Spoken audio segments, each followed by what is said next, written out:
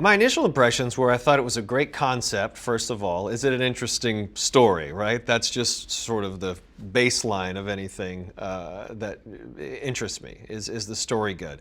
So I love sci-fi and don't get a chance to do it a lot, so that was a big bonus for me. I had such a great time working with Roland on Midway that it was an easy yes to say yes.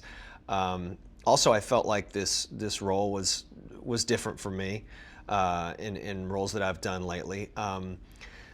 But my first impressions of the script were that I love that it took this huge.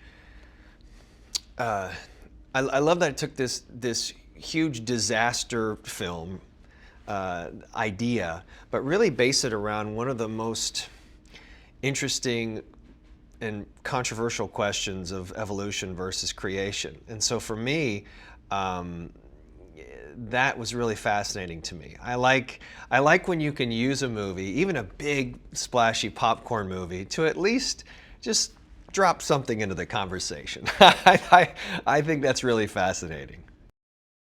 It's hard to sort of fit this into the Roland canon, other than yes, it's this big epic movie that he knows this space. He's not afraid of the scope of a movie. No set or piece is too big. Like he rolls with it. That's actually when he gets really into it, because he's got such a vision in his head that we're all trying to just hold on and figure out where he's going with it.